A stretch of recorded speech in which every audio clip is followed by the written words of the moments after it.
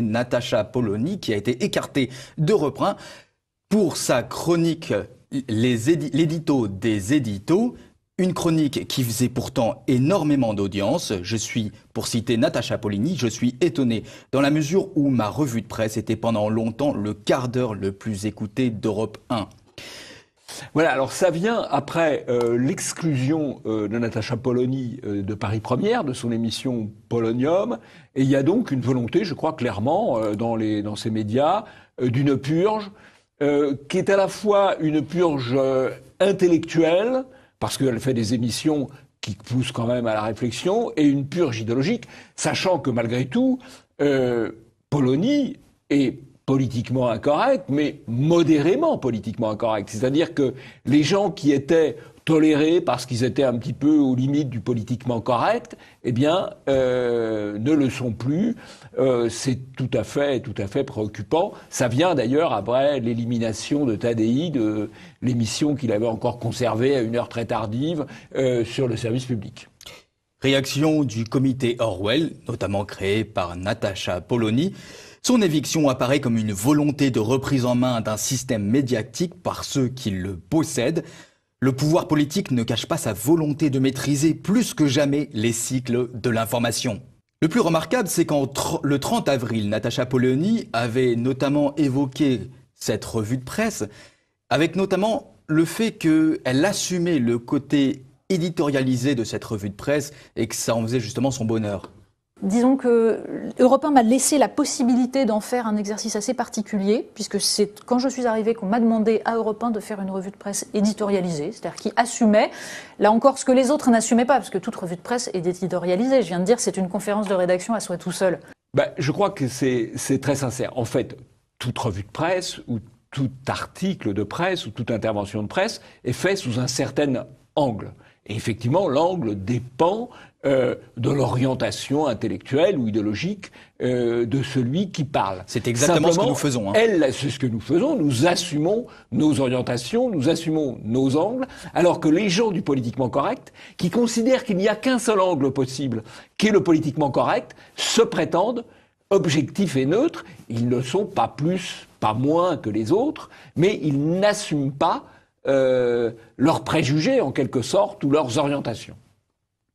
Et alors Natacha Polony qui était connue pour son honnêteté intellectuelle, mais aussi pour ses coups de gueule vis-à-vis du pouvoir, Emmanuel Macron, comme le gouvernement en général. Voici notamment le coup de gueule contre Emmanuel Macron.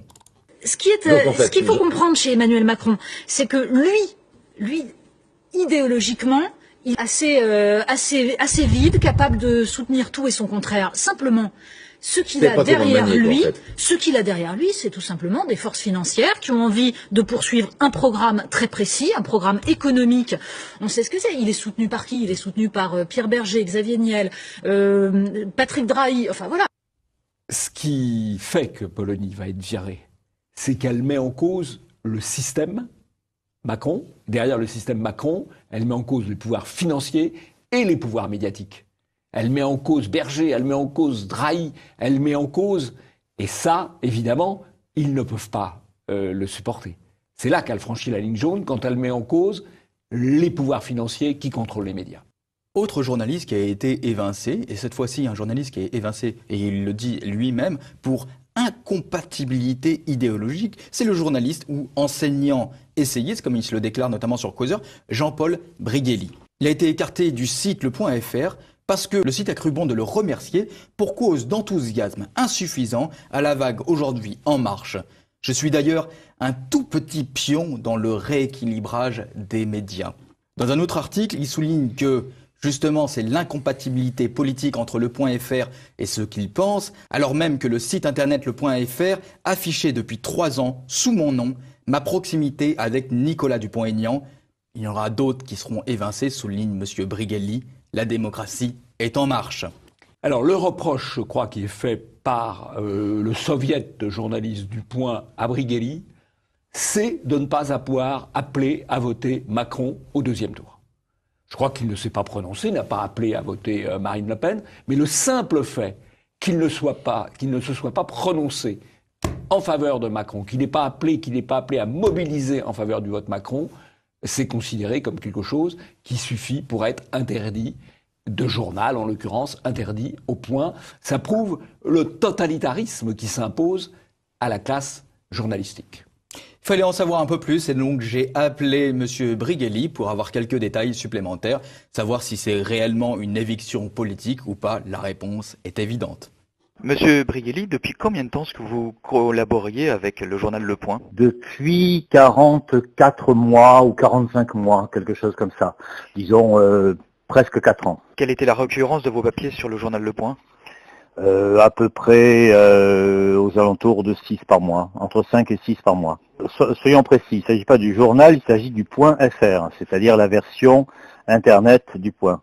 Le rédacteur en chef du Point .fr, Jérôme Begley, m'a dit que un certain nombre de ses collaborateurs, qu'il m'a nommé d'ailleurs, ne supportaient pas l'idée de travailler davantage avec quelqu'un qui n'avait pas nommément appelé à voter pour Emmanuel Macron au second tour. Il y a un certain nombre de journalistes dans de multiples rédactions qui font les frais actuellement d'une macromania absolument sidérante. C'est-à-dire que depuis Louis XIV, j'ai jamais vu ça. À la question qu'on pourrait se poser, est-ce que c'est déjà arrivé? Oui, j'imagine que du temps d'Alain Perfit, il y a eu des pressions sur l'audiovisuel, on est au courant, on le sait. Actuellement, on pensait encore en France être dans un pays de presse libre. Exception dans ce mercato médiatique, c'est Patrick Buisson qui a été reconduit comme patron de la chaîne Histoire. Alors cette fois-ci, c'est une exception, mais une partie de la classe médiatique n'est pas vraiment satisfaite de ce poste qui a été reconduit. BFM va qualifier très rapidement Patrick Buisson de sulfureux. De la même façon, avec Le Point qu'on vient de citer, Patrick Buisson reconduit à la tête de la chaîne Histoire pour 1 an. Voici l'entête de l'article, ex-patron du journal d'extrême droite Minute. Et enfin pour terminer, Jean-Marc Morandini, TF1 reconduit le sulfureux Patrick Buisson qui arrivait à la fin de son mandat à la tête de la chaîne Histoire. Il est sulfureux et pourtant les résultats sont là. Cette fois-ci, c'est le critère le plus important pour les chaînes de télévision.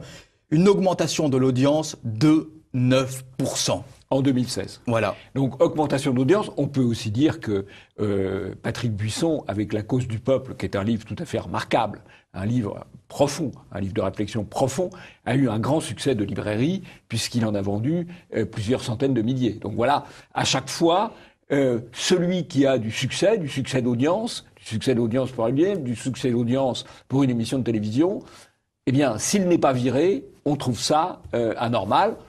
En l'occurrence, bravo quand même à Bouygues de l'avoir gardé. Je ne sais pas quelles sont les raisons du groupe Bouygues, du groupe TF1 de l'avoir gardé, mais c'est une décision plutôt courageuse. Eh bien, Jean-Yves, passons au zapping d'immédiat.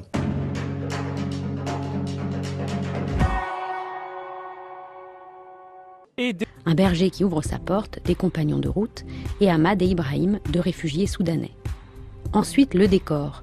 Des gares où l'on passe, où l'on échoue, où l'on attend ceux qui arrivent, où l'on erre, des trains, des postes frontières, des sentiers, des coins de table. Vous savez que dans le système de propagande mondial, il y a les journées, il y a les semaines, il y a le mois. Là, en l'occurrence, on est dans le mois LGBT, mais à l'intérieur du mois LGBT, il y a aussi d'autres événements. Et donc, il y a eu la journée internationale des réfugiés, qui est évidemment une occasion de faire de la propagande. Et alors, on voit très bien la distorsion entre les images de propagande où on nous présente un ingénieur ou un financier syrien qui fait maintenant de la cuisine à Paris.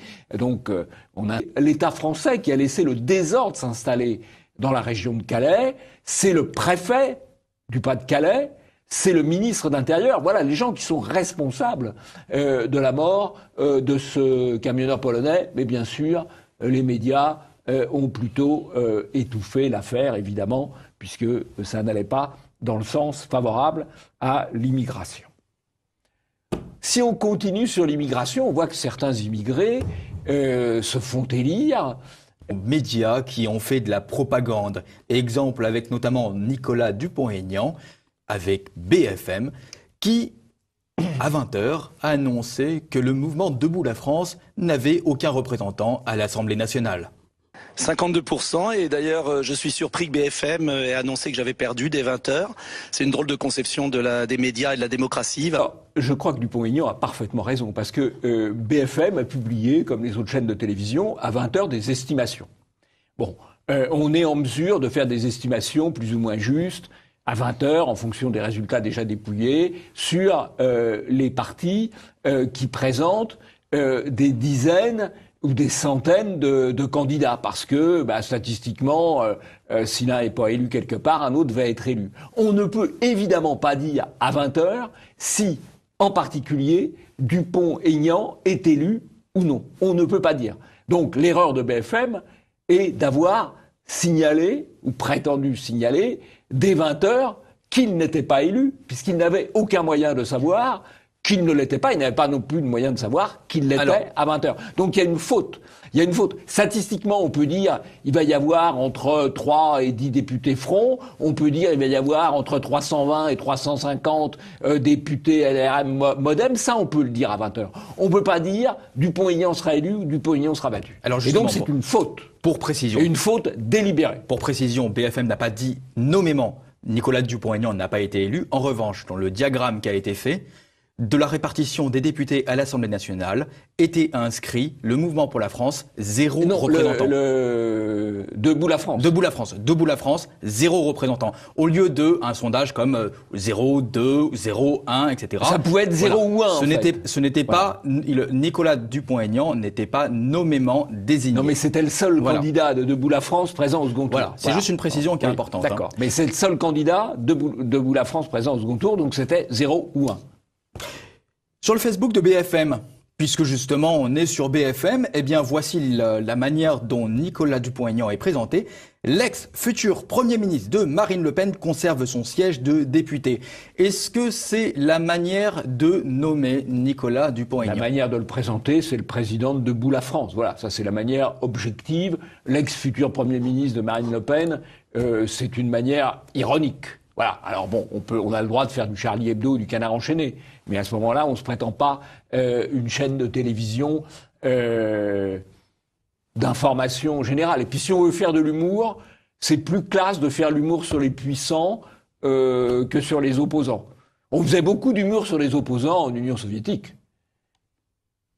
Verre à moitié plein, verre à moitié vide, c'est justement toute la question qu'il y a autour de l'annonce de ces résultats. Puis, est-ce qu'on est optimiste, est-ce qu'on est pessimiste ? Eh bien, c'est l'annonce autour des résultats de Gilbert Collard qui me fait penser à cette image.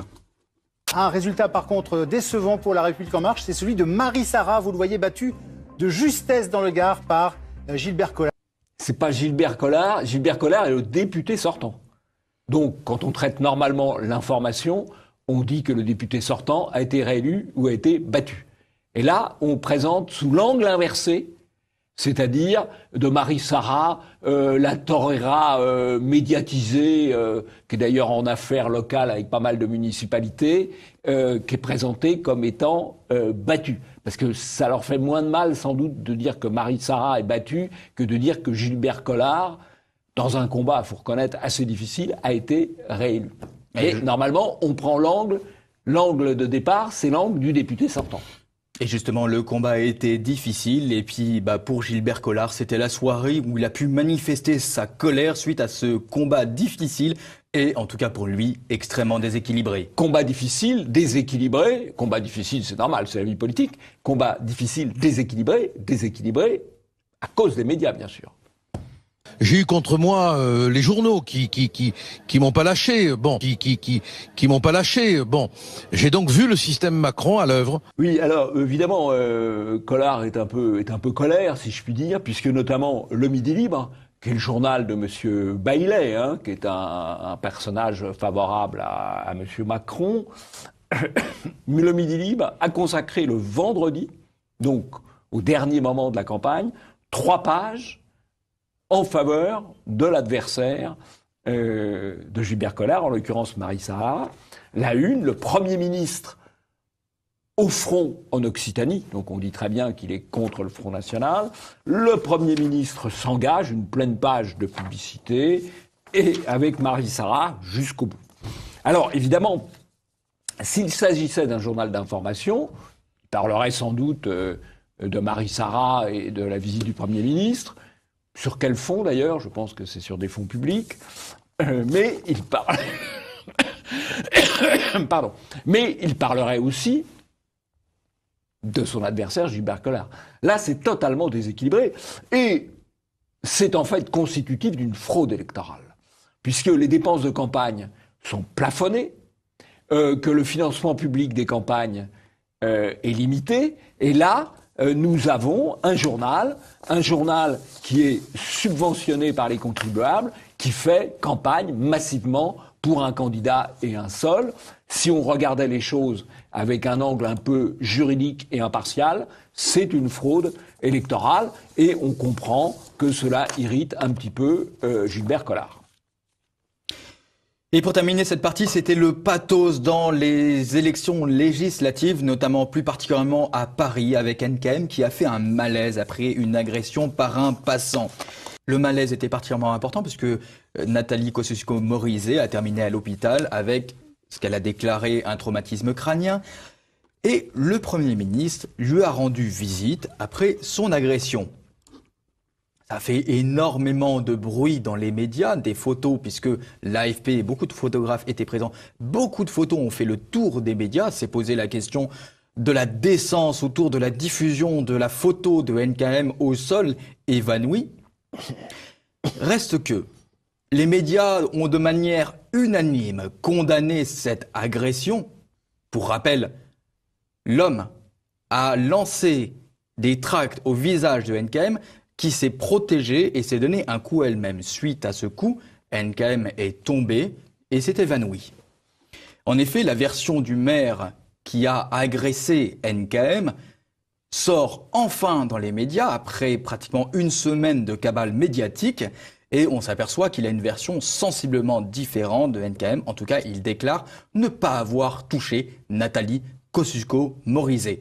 Alors, pourquoi avoir introduit Nathalie Kosciusko-Morizet dans cette partie? C'est que non seulement on a eu l'introduction du pathos dans les élections législatives, mais qu'un cas semblable était sorti aussi, c'est passé, et pourtant il n'a fait aucun bruit. Voici Xavier Lemoine qui a été agressé. J'ai fait les recherches sur Google et on ne trouve que des médias de réinformation, hormis un site. Un seul, c'est celui de Jean-Marc Morandini. Le fait pour Xavier Lemoine est évidemment beaucoup plus grave, puisqu'il a été renversé par une racaille en scooter qui l'a délibérément renversé sur un passage clouté.